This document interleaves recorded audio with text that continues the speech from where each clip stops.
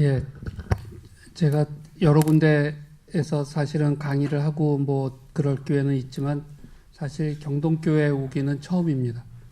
그리고 왠지 오니까는 강원련 목사님에 대한 여러 가지 생각들도 좀 나는 것 같고 뭔가 약간 마치 강원련 목사님 앞에서 강의하는 것 같은 그런 기분이 좀 들어서 그분이 계셨으면은 지금 이 한반도 상황에 대해서 무슨 이야기를 하시고 싶었을까라는 생각이 좀 듭니다.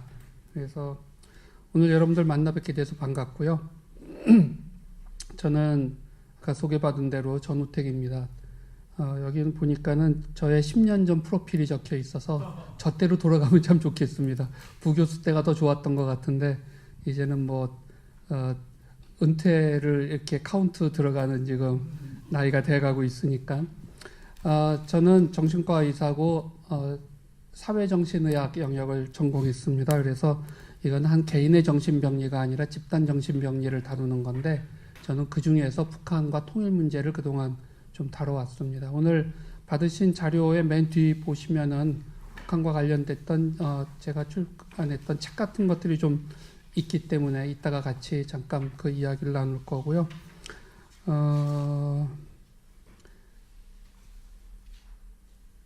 오늘 저는 통일에 관계되는 조금 다른 측면에서의 우리 기독인들이 가져야 될 생각과 고민에 대한 것을 조금 여러분들과 같이 나누려고 합니다. 제가 속해서 활동하고 있는 이제 기관 중에 하나가 한반도 평화연구원이라고 하는 통일 관련된 기독교 싱크탱크가 하나 있습니다. 그래서 통일에 관심을 갖고 있는 다양한 학문 분야의 학자들이 함께 하고 있는데 제가 거기에서 3대 원장을 했었고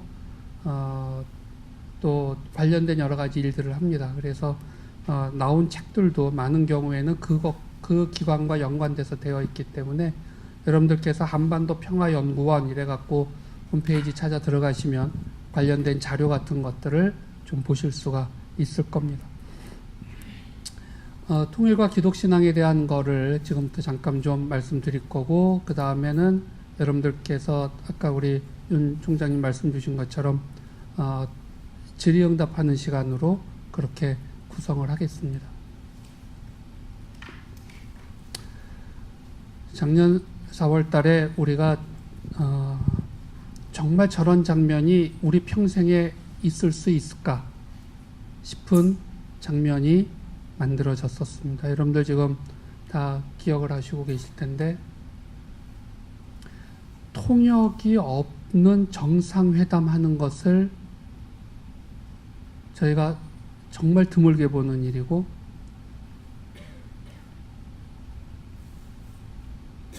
그러나 많은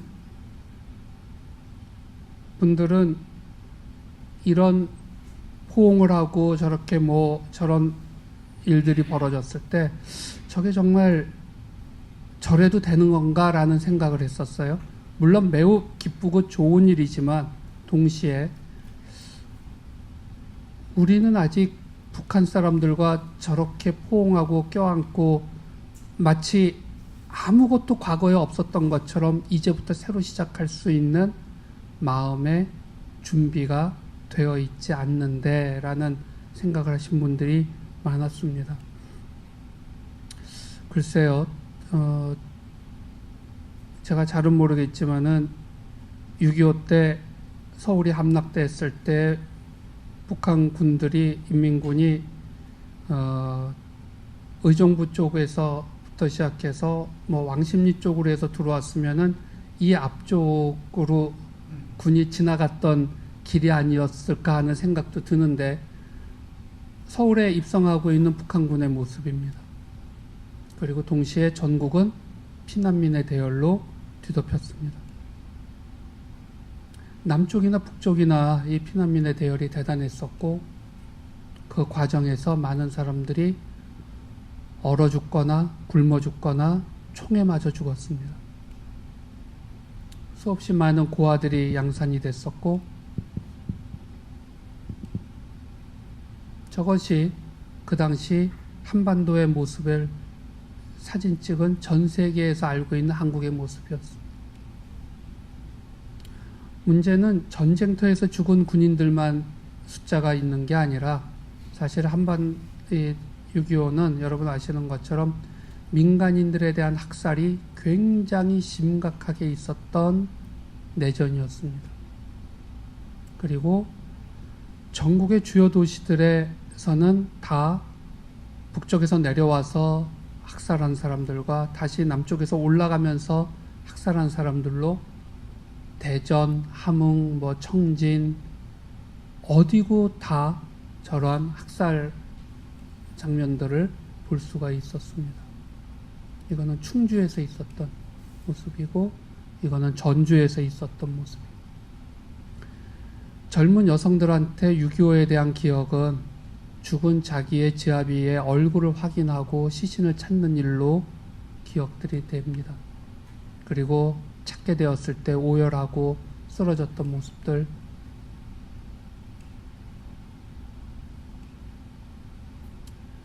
이거는 북한의 함흥에서 북한군들이 철수하면서 우익으로 의심되거나 우익이 될 가능성이 높다고 본 사람들을 다 사살해서 우물에 던져 넣은 것을 다시 끄집어내고 있는 장면입니다. 그 당시에 라이프 잡지에 실렸던 한국전쟁의 모습들, 이거는 여러분들 요걸 여기 좀 북한 조선 TV에서 나오고 있었던 겁니다. 북한이 겪었던 6.25의 자기들의 고통의 모습을 보여준 사진들을, 영상들을 우리가 볼 수가 있게 되고, 북한에서도 자기들이 저런 일을 당했다고 사진을, 영상을 내놓고 있는 겁니다. 모습이나 여러 가지 옷 모양을 봐서는 북한에서 찍은 사진 같고,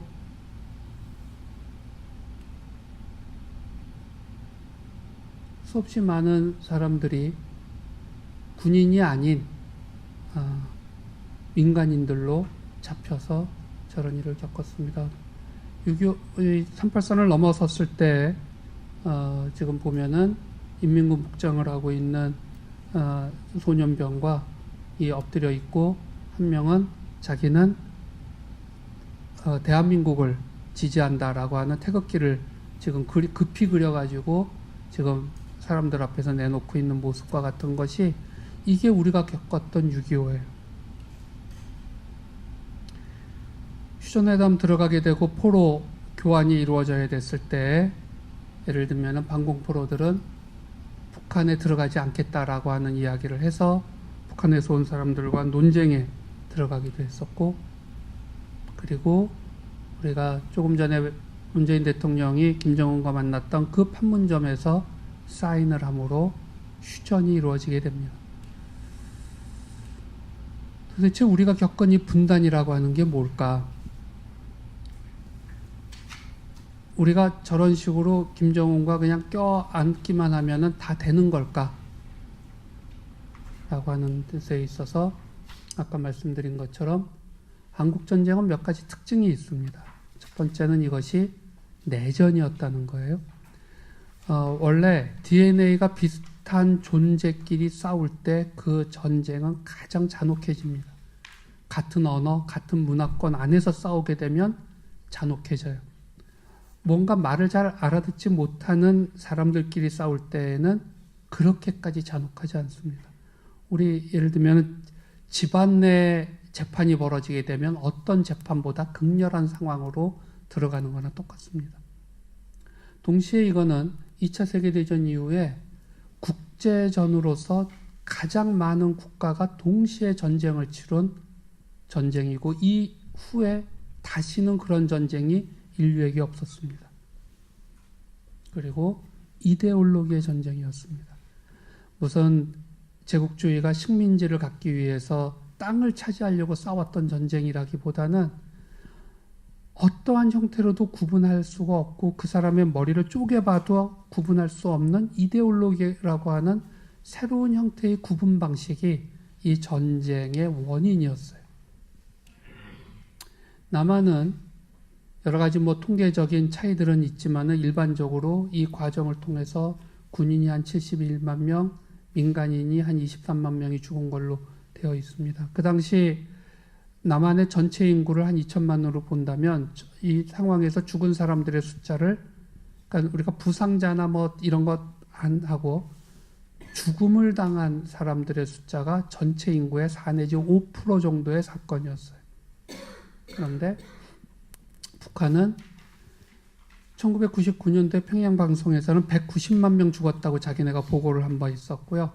2014년 유엔 보고에 따르면 북한은 123만 명이 죽었다고 유엔에다 보고했었습니다. 어느 쪽이 됐던 우리가 작은 쪽을 택한다 할지라도 그 당시 북한의 인구가 1,000만 명 정도 됐었기 때문에 전체 자기네 인구 대비 13 내지 14%가 죽은 전쟁이었어요. 그러니까 결국은 아까 남한은 몇 프로라고 그랬죠? 4 내지 5%, 북한은 13 내지 14%. 그러니까 결국은 우리가 어느 한 사회가 전쟁을 통해서 받는 트라우마의 양을 아주 그냥 단순화시켜서 죽은 자들의 숫자로만 친다면 북한 사회는 남한 사회보다 6.25를 통해서 받은 충격의 양이 몇 배쯤 되죠? 한 3배쯤 되는 겁니다. 우리는 6.25를 겪으면서 그 엄청난 충격을 받았다고 우리는 스스로 얘기하는데 사실은 북한은 그거보다 3배쯤의 충격을 받은 거예요. 우리가 볼 때 어떻게 해서 북한과 같은 나라가 김일성 부자와 손자까지 세습을 하면서 저런 우상화되어 있는 시스템을 저렇게 유지할 수 있을까? 미쳤나? 한국인들이 원래 그런 존재들이 아닌데 라고 우리가 생각을 하지만 사실 따지고 보면은 가장 큰 원인은 북한 사람들의 6.25에서 받은 트라우마의 그 원인이 있다고 볼 수가 있어요. 한번 그런 일을 겪고 나면 다시는 저런 일을 다시는 겪지 않아야 된다고 생각을 하고 아이들이 굶어 죽는 한이 있어도 핵개발은 해야 된다고 생각하는 걸 동의받기가 매우 유리한 조건을 갖게 된 거예요. 전쟁이 끝나고 나서도 평화는 오지 않았고 단절도 됐고 특별히 이 과정에서 기독교의 역할이 매우 중요했었습니다. 해방 당시에 조선의 기독교는 한 4천 개의 교회가 있었고 42만 명의 성도가 있었는데 그 중에서 북한에 있었던 교회가 3천 개였어요. 그리고 30만의 성도가 북한 지역에 있었습니다. 그러니까는 인구는 반밖에 안 되는데 기독교와 교회 인구와 교회의 숫자는 3배가 많았으니까 인구 대비 북한은 남한보다 6배의 기독교 인구를 갖고 있던 지역이었어요. 그리고 6.25가 터지자 아시는 것처럼 조만식 박사를 중심으로 해서 북한 공산 정권에 대항할 수 있는 유일한 조직체를 갖고 있던 건 교회밖에 없었고 실제로 충돌을 했고 대부분 죽임을 당하거나 탈출을 해서 남한으로 내려와야 됐습니다. 이 경동교회를 포함해서 우리나라의 주요한 대표적 교회들은 다 이북의 그 오리진을 갖고들 있어요. 그리고 그 과정에서 기독교는 아주 강력한 반공 이데올로기의 중심 역할을 하기 시작했습니다. 6.25 때 헤어진 가족들을 한국인들은 감히 차마 찾지를 못했어요. 왜? 이거를 얘기하다가 엉뚱한 스토리가 나올까 봐. 그래서 찾지 못한 거예요. 감히 얘기를 꺼내질 못하다가 누군가들이 얘기를 꺼내는데 사회적으로 받아들여지는 것 같으니까 눈치 보다가 갑자기 본물처럼 터져 나온 게 이산가족 찾기 KBS에서 이루어졌던 일이었습니다. 다 대한민국에서 같이 살고 있었고 무언가 조금만 찾으면 될 거 뻔했을 텐데도 저걸 못했어요. 왜? 월북한 사람으로 남아있는지 월북해 있는지 남한에 있는지 가늠이 안 됐던 거야 사실은. 이 조심스럽고 힘든 마음들을 사실 지금의 젊은이들은 이해를 못할 겁니다. 그러나 옛날에는 이게 얼마나 무서웠던 일인지를 우리는 알고 있거든.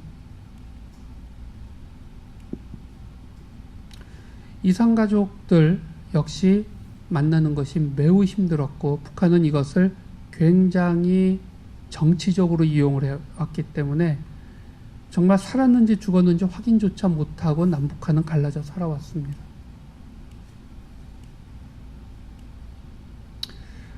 한국인이 되어서 한반도에서 살았다는 것이 무엇을 의미하는지를 사실은 우리는 훨씬 더 깊이 생각해야 됩니다.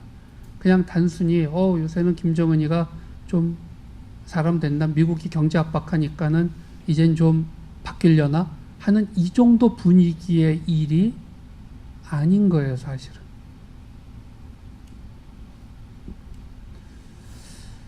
저런 트라우마는 사실 아까 북한보다 우리가 좀 적은 것처럼 말했지만 천만의 말씀입니다. 남한은 북한과 다른 체제 하에서 더구나 자유주의적인 자본주의 체제를 운영했기 때문에 갖고 있었던 트라우마는 끊임없이 확인되고 재생산되는 일들이 너무 많았어요.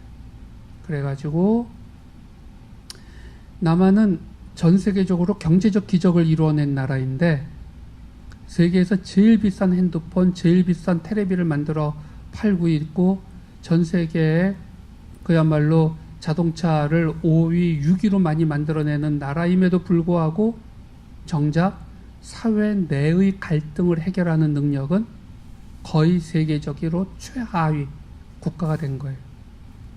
이건 굉장히 아이러니한 일입니다. 왜 저럴까? 제가 아까 북한이 트라우마 때문에 저랬다고 얘기하면 남한 역시 똑같이 트라우마 때문에 이런 측면을 갖는 겁니다. 노사 갈등이 있는 건 전 세계 어느 나라나 다 같아요. 그런데 대한민국처럼 노사 갈등을 갖는 나라는 매우 드뭅니다.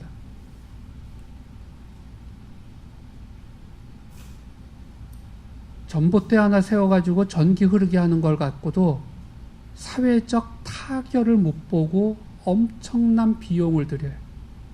매 건마다 저렇고 있어요. 왜 저럴까? 해군기지 하나 세우는 걸 갖고도 왜 저 난리들이 날까? 사실 저 해군기지는 국가의 전략적으로는 반드시 필요한 일입니다. 노무현 대통령도 동의했던 일이었어요. 그런데 왜 그 후에 저렇게 결사반대에 들어갔을까?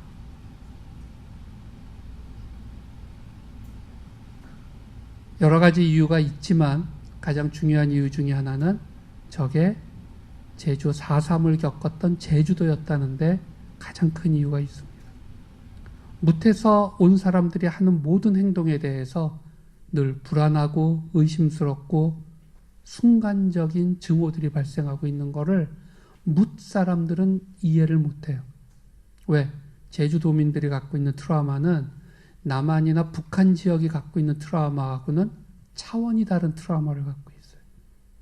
그래서 이러한 것들을 우리가 이해를 하고 무언가 넘어가야 된다.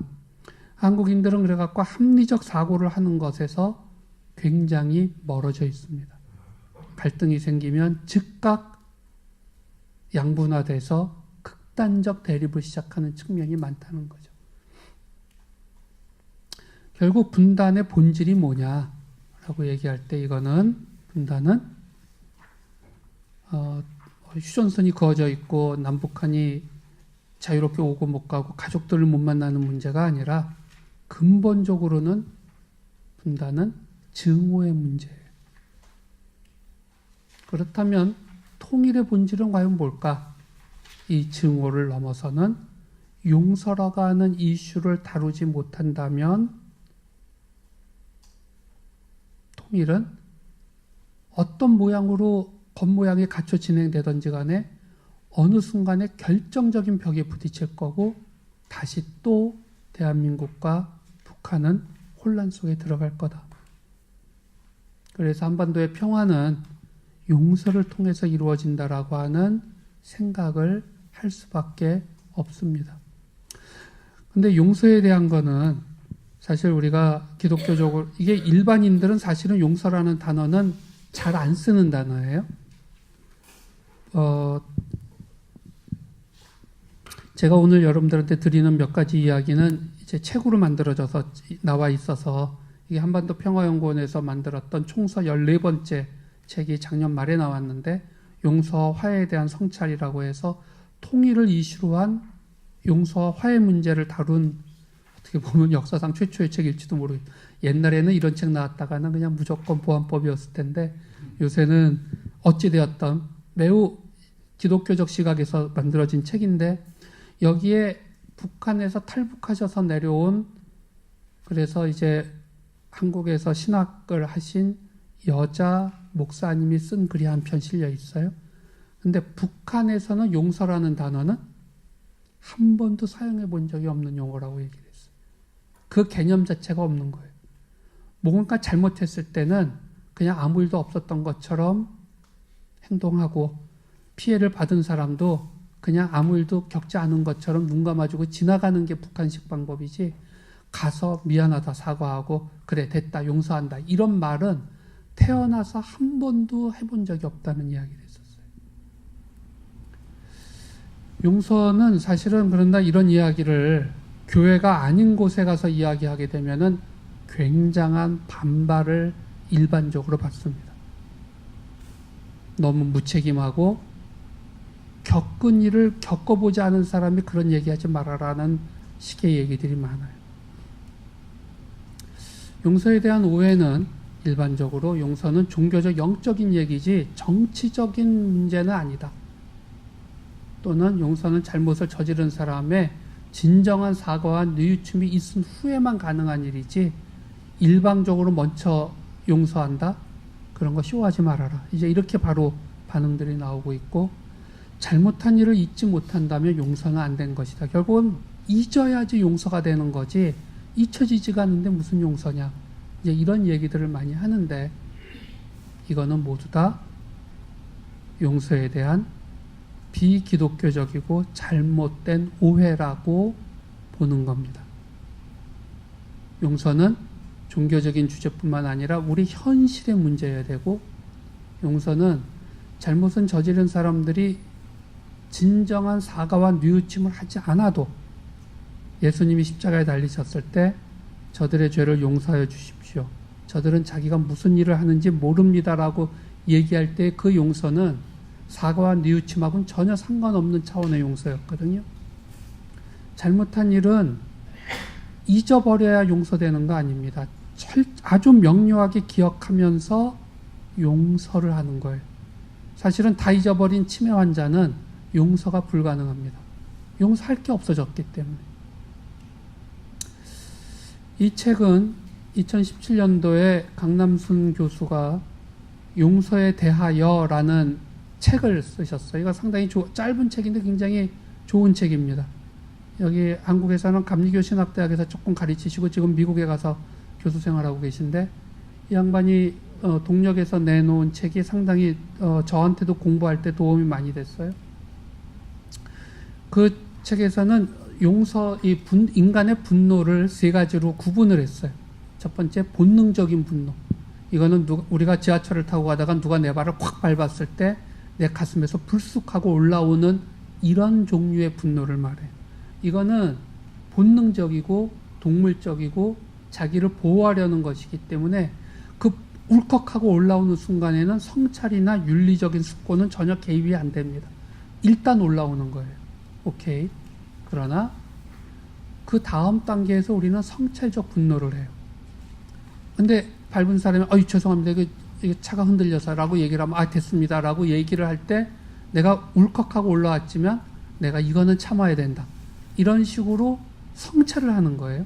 반대로 세월호 사건 같은 게 터졌을 때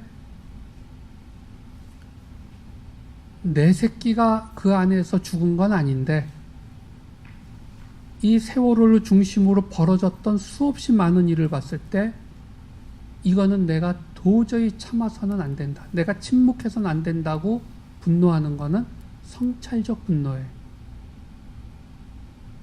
윤리적 판단을 반영하고 있고 분노를 통해서 자존심, 공적 가치를 유지하려는 시도를 하는 겁니다. 그런데 여기서 우리가 한 가지 더 생각해야 될 게 파괴적 분노라고 하는 차원이 있다는 거예요. 본능적 분노와 성찰적 분노가 지나치게 커짐으로써 증오, 원한, 복수로 전이되는 거예요. 네가 내 발을 밟았어? 밟은 건 나쁜 짓 했지? 오케이, 너 내려. 그래갖고 바로 다리를 잘라버린다면 발 밟은 사람의, 이거는 우리가 정상적 분노라고 안 보는 거죠. 이거는 파괴적 분노라고 보는 거예요. 우리는 6.25를 겪으면서 이데올로기의 차이, 각자가 생각하는 더 나은 해방된 조국의 모습을 다르게 그린 측면이 있어요. 그 시대에는 공산주의가 그렇게 실패할 이데올로기라고는 감히 생각을 못했던, 전 세계를 휩쓸던 이데올로기였어요. 그러나 그것이 갖고 있는 근본적인 문제점과 한계점을 누구보다 기독교인들은 먼저 알아봤던 거예요. 그래서 반공적 태도를 취했던 거죠. 폭력적이고 강압적이고 인간의 모든 자유와 인권과 존엄성을 무시하고 평등으로 똑같이 만들겠다라고 하는 저것이 사실은 농민과 노동자를 해방시키는 게 아니라 모든 농민과 노동자뿐만 아니라 새로운 모든 집단을 다 자기의 노예로 만들 절대적 지도자를 만들어 놓는 우상의 문제라고 봤던 거예요. 그러나 어찌되었던 서로가 죽이고 죽이면서 성찰적 분노가 점차 한반도에서는 파괴적 분노로 바뀌어간 겁니다. 너무 잔혹한 일들을 서로가 상대방한테 한 거예요. 사람으로 취급을 하지 않은 겁니다. 좌는 우를, 우는 좌를. 여기서 우리는 굉장히 어려운 화두 하나를 만나게 됩니다. 성 아우구스티누스가 했었던 죄는 미워하는데 죄 지은 사람은 미워하지 말라는 거예요. 저도 옛날에는 이 말은 일종의 말장난이라고 생각을 했어요. 아니, 죄와 죄 지은 사람은 어떻게 구분하나? 나쁜 짓 한 놈은 미워하는 게 맞는 거고 죄를 미워하니까 죄인도 미워하는 거지. 그러나 성경의 가르침은 이 두 가지가 갈라진다는 것을 우리한테 보여줘요. 예를 들면 가늠하다 현장에서 잡힌 여자에 대해서 예수님이 취하셨던 태도는 다시는 가늠과 같은 죄를 짓지 말라고 하는 죄에 대한 분명한 정죄를 하시지만, 그러나 그 여자를 거기서 돌 맞아 죽게 하지 않습니다. 이게 일반인들한테는 이해가 안 되는 내용이에요. 그러나 기독교인들은 이게 무슨 뜻인지를 압니다. 갈등을 가진 사람들이 대화를 하기 위해서는 서로 인정해야 되는 몇 가지 조건이 좀 있어요. 이게 이제 이혼한다고 펄펄 뛰고 있는 부부들 간의 부부치료 같은 거 할 때도 매우 유용하게 쓰이는 것이지만, 사실은 남북한이 앞으로 대화를 해나갈 때 매우 중요한 가이드라인이 될 수도 있다고 생각을 합니다. 상대방도 자신을 희생자로 보고 있다는 거예요. 우리가 이혼하겠다고 난리치고 있는 부부들을 양쪽을 만나보면은요, 서로가 자기가 희생자고 쟤는 희생자가 아니라 가해자라는 거예요. 근데 서로가 자기를 희생자로 보고 있어요. 이거를 우리 집사람도 우리 남편도 자기를 희생자로 보고 있구나라고 인식하고 인정하는 데까지 가기가 너무 힘들어서 일반적으로는 이혼합니다. 두 번째, 상대방은 사실에 대한 다른 생각들을 가지고 있는 거예요. 팩트는 분명한데, 그래, 설 때 시댁에 안 간다고 버티고 집에 누워 있다가 친정집 가버렸다. 그거는 팩트예요. 근데 이 사실을 어떻게 해석하고 그거에 대한 생각을 하냐는 거는 남편과 아내가 전혀 달라요. 그래서 내가 갖고 있는 해석 버전이 우리 와이프가 갖고 있는 해석 버전과는 다른 거였구나라는 거를 깨닫지 못하면 이혼하는 겁니다. 마지막 세 번째로, 대부분은 자기가 받은 고통에 비하면 상대방의 고통은 눈꼽만치도 없었다고 얘기를 해요. 그러나 상대방도 이미 충분히 고통을 받았다고 인정을 하게 되면 나도 고생했지만 사실은 그 사람도 고생은 한 거죠. 라고 이야기하는 순간에 대화는 되는데 이게 안 되면 이혼하는 거예요. 남북한의 문제도 현재 사실은 이런 측면을 갖고 있습니다. 북한 사람들이 갖고 있는 자기들이 희생자라고 하는 이 개념은 너무 뚜렷하기 때문에 왜 우리가 남한에서 뭘 갖다 주고 해도 고맙다는 말을 절대로 안 해요, 북한 사람들은? 왜 그럴까요? 저도 북한에 이제 그 홍정일 목사님 하시고 있는 남북 나눔 운동을 통해서 북한에 여러 물자를 공급해주고 그게 잘 배분이 됐는지 모니터 요원으로 들어가 보기도 하고 그랬었어요. 그런데 고맙다는 얘기를 안 해. 왜 그런가 하는 걸 물어봤더니 한반도에 전쟁이 나지 않은 게 누구 덕분인 줄 아냐라는 거예요.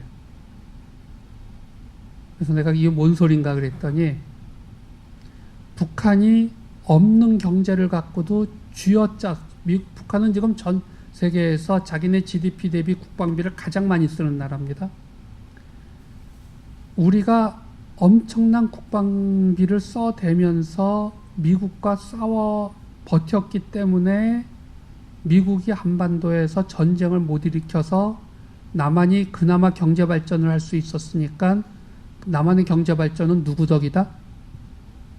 북한 덕이다라는 거예요. 논리가 그렇게 돼 있는데 만나는 사람마다 그 얘기를 다 똑같이 해.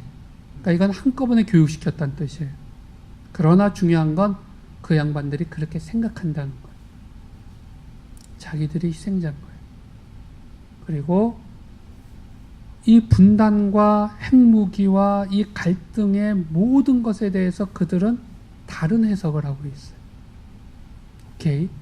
그리고 또 한 가지 분명한 사실은 고난의 행군 시기 등등을 통하여 남한도 6.25 때 고생 많이 했고 그 후에 고생 많이 했지만 북한도 고생한 걸로 치면 아까 우리가 북한이 6.25를 통해서 123만 명 죽었다고 아까 얘기했잖아요. 그런데 고난의 행군 시기 동안 얼마나 죽었을까요? 최하 50만 명, 최대 200만 명 봅니다.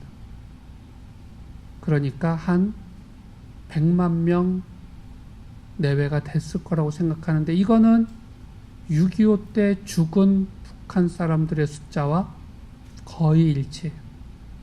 6.25를 한 번 더 겪은 거예요. 물론 인구 숫자는 늘었었지만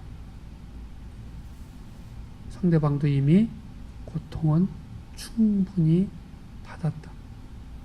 이거를 우리가 인정하지 못하면 북한과의 대화, 저도 제 주변에 많은 분들이 왜 지금 정부가 저런 식으로 북한과 자꾸 대화하고 뭘 어떻게 하겠다고 껴안고 앉아있고 저러냐. 제가 이런 강연을 어디 가서 했더니 누군가가 딱 손들고 저한테 지금 교수님 여러 가지 말을 복잡하게 하시는데 뭘 몰라서 그러십니다. 딱 이래요. 그러더니 결국 최종적으로는 평양에 태극기가 휘날리던지 서울에 인공기가 휘날리던지 둘 중에 하나지 무슨 복잡한 얘기 그거 다 소용없는 겁니다.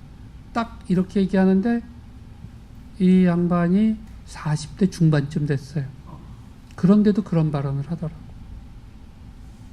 직업적으로는 의사였습니다. 또. 그래갖고서는 제가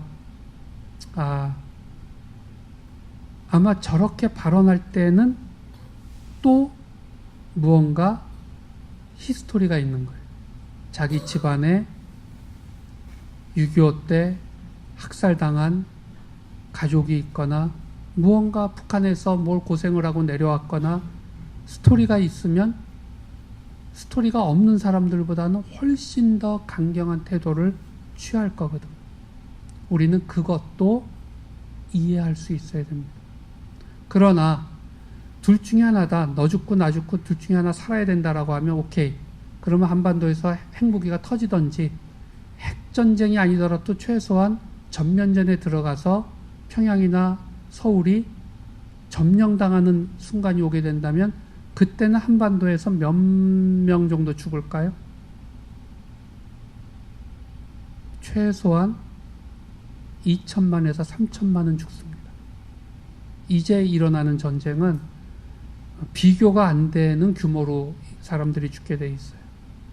그래서 평양을 점령하면 우리한테 다시 경제를 일으켜 세울 수 있는 기회가 올까요? 불가능합니다. 평화를 우리가 이야기하는 것은 전략적으로 경제적으로 유리해서 택하는 게 아니라 이거는 생존의 문제이기 때문에 지금 고민을 하는 거예요. 그러나 그렇다고 해서 너무나 무책임하게 너무나 쉽게 용서의 얘기를 꺼내면서 다 지나간 건 지나간 거고 미래만 봅시다, 이런 식의 이야기를 쉽게 입 밖에 낼 수는 없다라고 하는 게 우리의 지금 중요한 과제가 되고 있고, 사실은 이것이 기독교인들의 이 시대적 사명이라고 생각을 합니다. 나머지 얘기는 제가 이 북아일랜드 평화협정에 대한 이야기는 제가 오늘 이 자리에서는 뭐 그렇게 길게 안 해도 될 것 같고요. 여러분들 나눠드린 그거에 책 첫 번째 2019년에 나온다고 좀 적혀 있는데 아마 3월 말쯤에는 책이 나올 거라고 생각합니다. 트라우마와 사회 치유라고 하는 책이 이제 저와 박명진 교수가 같이 책임 공저자로 이번에 책이 한 권 나오게 되는데, 거기에 저희가 북아일랜드의 사례와 캄보디아의 사례를 이번에 분석을 한 책이 나와요. 그래서 여러분들이 한번 이 책을 좀 갖고 이 내용은 거기서 제가 따온 겁니다. 제가 쓴 챕터에서. 그래서 남북한이 앞으로 협상을 해서 평화를 만들어 가는데 우리가 북아일랜드에서 배울 만한 굉장히 좋은 아이디어들이 있었어요. 5가지의 것을 자유로운 투표, 의사와 투표가 돼야 되고, 다수결 원칙으로 하면 우리는 5,200만이고 북한은 2,500만인데 북한이 받아들일까요? 죽어도 못 받아들이거든. 다수결 얘기는 끊을 수가 없는 겁니다. 소수에 대한 배려 원칙이 매우 중요한데 자세한 이야기는 여기선 제가 안 하겠습니다. 그거는 책을 한번 보시면 좋겠고, 평화를 만들어갈 때 제일 중요한 원칙은 내가 생각하는 최선 최고의 거를 다 포기해야 돼. 이게 참 어려운 거야, 이게. 그러나 그걸 통해서 최악을 피하겠다라는 것만 합의가 이루어져야 합니다. 그러니까 지금과 같이 별거 아닌 것 같고도 이렇게 양극화돼서 난리치고 있는 대한민국이 통일을 할 준비가 되었을까요? 안 되었을까요? 지금 엉뚱하게 북미회담에서 통일을 선언하겠다고 나서면은 대한민국이 큰일 납니다, 사실은. 왜? 우린 준비가 안 돼 있거든요.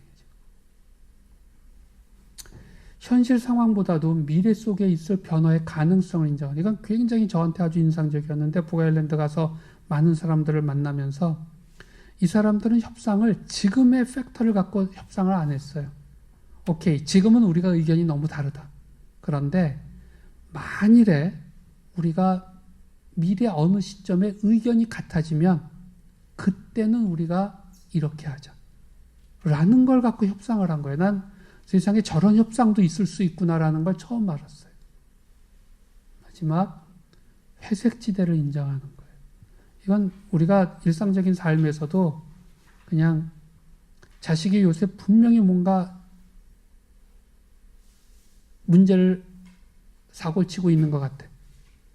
그러나 그거를 내가 정면으로 말을 꺼내지 않고 걔를 위해서 기도하고 있고 기다리고 있고, 그리고 우회적으로 아빠가 이거에 대한 어떤 생각들을 이렇게 갖고 있다는 걸 보면서 애하고 회색지대를 만들어 놓는 거가 애하고는 굉장히 중요한 전략적인 거거든. 그냥 무조건 너 이랬어? 안 그랬어? 이렇게 하고 앉아있는 거하고는 다른 차원의 문제가 돼요. 회색지대라고 하는 건 원칙과 유연성, 객관성과 인내의 문제가 있거든요. 이거를 우리 한반도가 할 수 있겠냐? 사실은 그래서 한반도 공동체라고 하는 연방제하고도 또 조금 다른 개념들을 요새 이야기합니다. 그래서 한반도에서 용서가 가능할까? 이거는 한반도에서 평화가 가능할까라는 거고요. 요 용서와 화해를 위한 이거는 이제 남아공의 사례를 갖다가 한 거는 이 책에 요게 한 챕터로 들어가 있습니다. 그래서 제가 이 이야기도 여기서는 길게는 하지 않겠습니다. 그래서 저 책을 한번 보시면 될 것 같고요. 정의와 용서에 대해서 우리가 새로운 개념을 갖고 있어야만 화해와 평화에 들어갈 수 있다.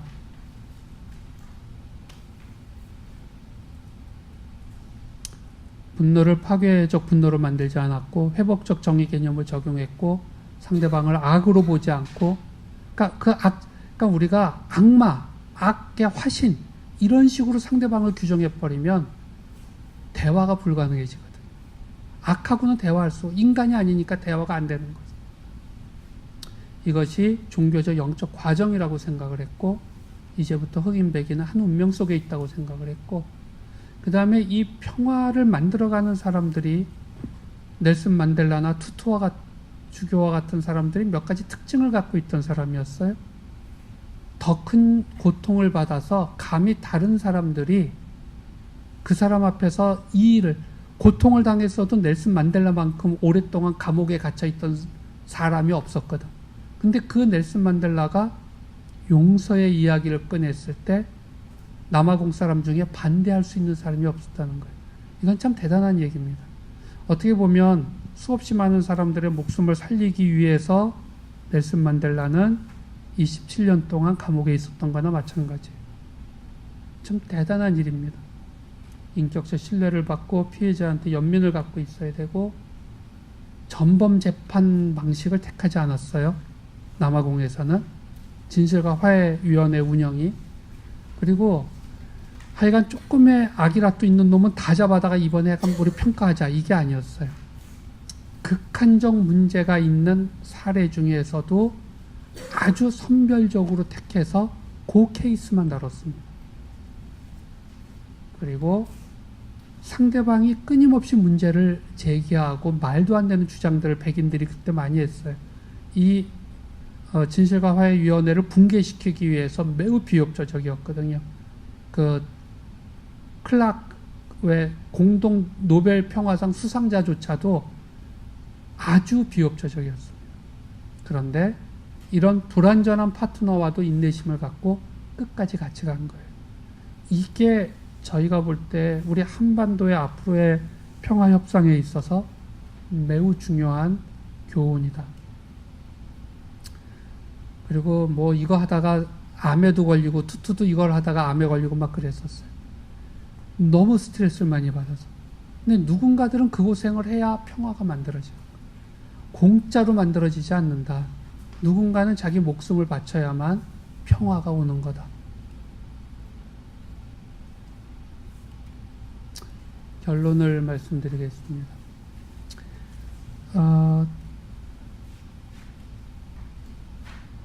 소금 행진을 하고 있었을 때 드디어 간디가 바닷가에서 모래를 집어드는 모습입니다. 우리는 식민지 국가들이 해방될 수 있는 유일한 방법은 무기를 들고 투쟁하는 거라고 생각을 했어요. 우리나라도 그런 생각을 했던 나라입니다. 그런데 그 방법이 아니고도 식민지에서 해방될 수 있다고 믿었던 사람이 있었던 거예요. 그리고 실제로 그게 이루어집니다.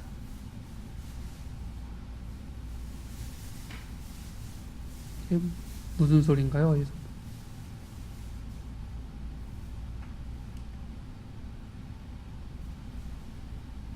(27년간) 저렇게 살았어요. 근데 저렇게 살다가 결국 밖에 나오게 되자 피해 보복을 선언하지 않았습니다. 그리고 백인들이 그 당시에 남아공이 갖고 있던 부의 95%를 갖고 있었는데 이걸 갖고 외국으로 나가려고들 준비했거든요. 근데 나가지 말아라.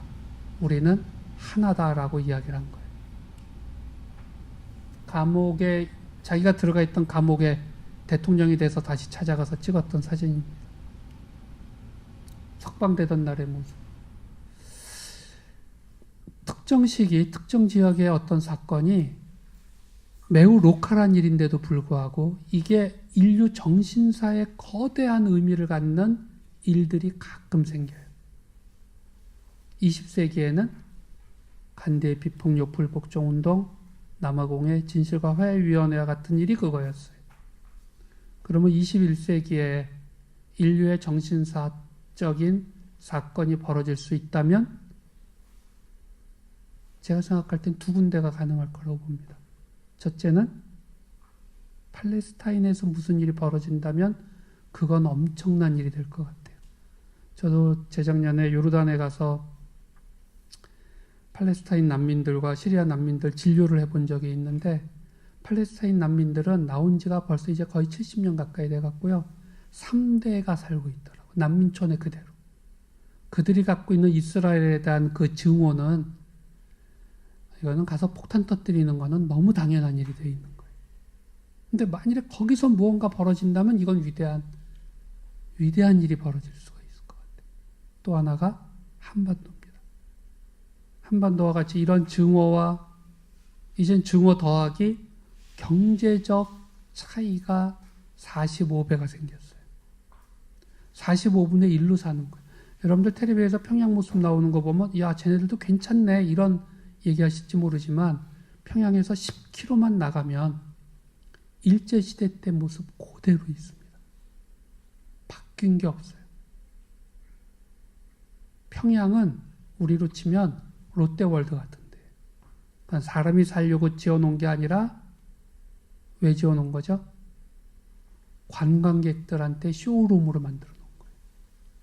롯데월드를 보고 서울시 대한민국 국민이 다 저렇게 산다고 생각하면 이건 대형 오해를 한 거나 똑같은 겁니다. 북한은 지금 일반 주민들의 삶은 매우 매우 힘듭니다.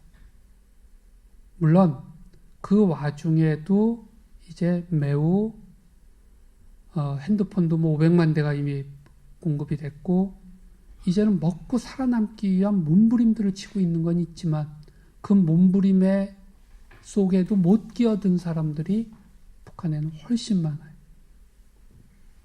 이 북한을 우리가 어떻게 할 거냐라고 하는 이 문제는 사실은 경제적이거나 합리적인 생각으로는 그냥 저렇게 살다 저렇게 죽게 놔두는 게 최선의 방법입니다. 어떡하겠어요? 너무 못 살고 있는데. 지금 우리 경제도 이렇게 나빠서 젊은 사람들 직장 못 구한다고 이 아우성인데 지금 북한에 우리가 만약 우리 돈이 넘어가기 시작한다? 이거 용납이 될까요? 간단한 문제가 아니거든. 그럼에도 불구하고 무언가를 한다면 이거는 기독교식으로 표현하면은 신앙적 결단밖에는 방법이 없어요. 근데 그게 인류 역사에 거대한 변화를 만들 힘을 만들어낼 수가 있다는 거예요. 통일은 사상과 경제적 격차를 넘어서는 불가능한 일에 대한 도전입니다. 그러나 21세기 인류 역사를 향한 의미 있는 도전이다 라고 생각을 했으면 좋겠습니다.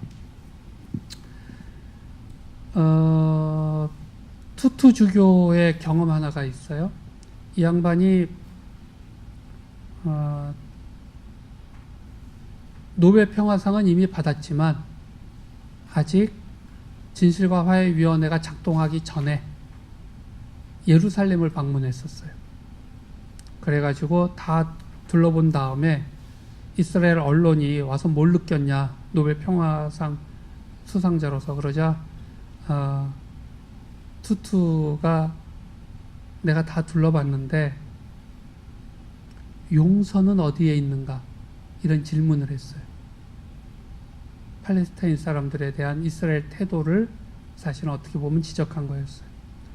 그러자 그 다음날 신문은 온통 흑인, 나치, 돼지 물러가라. 이게 그냥 뭐 엄청나게 예루살렘, 더구나 이제 투투주교가 있던 성공의 그 건물 벽에 온통 스프레이 낙서로 난리가 났었고, 나치 이 표시 그려가지고 막 난리가 났고, 그래서 그 상황에서 투투 주교가 예루살렘을 떠나야 했습니다. 근데 그로부터 한 7, 8년 뒤에 진실과 화해위원회가 모두 끝나고 나서 그가 다시 예루살렘에 들어가요. 그리고 강연을 준비합니다. 근데 그렇게 되자 투투는 불안했어요. 왜? 7년 전에 어떤 일이 있었다는 걸 아니까. 그런데 이번에는 엄청나게 많은 사람들이 그의 강연을 듣겠다고 왔고, 건물 안에 다 채우질 못해서 밖에까지 사람들이 운집해서 그의 강연을 들었어요. 투투는 똑같이 얘기했어요. 용서는 어디에 있는가? 근데 이번에는 그것을 사람들이 경청하는 거였어요. 그 사이에 투투는 달라진 게 없었어요. 메시지도 똑같았어요. 근데 이스라엘 사람들이 달라진 거예요. 왜 달라졌을까요? 진실과 화해위원회가 작동되는 걸 봤던 거예요. 용서라고 하는 것의 힘이 역사 속에서 어떻게 작동할 수 있는지. 그리고 그거를 해낸 위원장 투투가 왔을 때 이제는 감히 함부로 얘기들을 하지 못하게 된 거예요. 결국 남아공의 투투와 남아공 사람들은 전 인류를 향해서 중요한 메시지를 던질 수 있는 사람이 된 겁니다. 진실과 화해위원회를 통해서. 저는 앞으로 대한민국의 남북한의 한반도의 한국인들이 전 세계를 다니면서 용서와 화해에 대한 강의를 할 수 있는 날이 오면 좋겠어요. 그가 누구든지 간에 한국인이야? 그럼 너희들 이런 거 했던 거 있었잖아. 그거 한번 얘기해 줄래? 라고 하는 날이 올 수 있으면 좋겠다. 그게 우리가 아직까지 우리는 한민족이 인류에게 공헌한 일이 별로 없어요. 그래도 선교 활동을 열심히 한 거가 일정 부분 기여라고 볼 수는 있죠. 그러나 그것도 여러 가지로 하나님 앞에서는 죄송한 미숙한 부분들이 많았습니다. 그래도 그거 하나는 조금 남을 것 같아. 그러나 그 외에는 한국인이 인류에게 공헌한 게 우리가 무슨 노벨상을 받아가지고 전 세계의 학문을 발전시킨 것도 아직 없고 아무것도 없는 거예요, 우리는. 그러나 만일에 우리가 통일을 성공할 수 있다면 우리는 엄청난 기여를 하게 될 겁니다. 한반도의 사례가 가진 힘이다. 그래서 다음 주에 북미 정상회담이 있게 됩니다. 이 결과에 대해서는 지금 부정적인 예측과 긍정적인 예측이 너무 극한적으로 이것도 또 좀 부딪히고 있는데, 분명한 사실은 한반도 역사에 매우 중대한 분수령이 될 가능성이 많은 회담이에요. 그리고 정말로 기도를 우리가 합심해서 해야 될 필요가 있는 상황이 온 겁니다.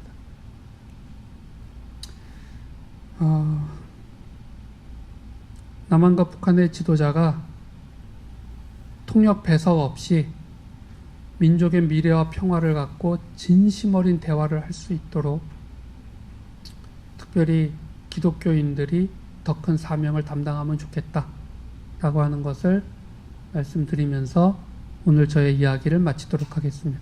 감사합니다.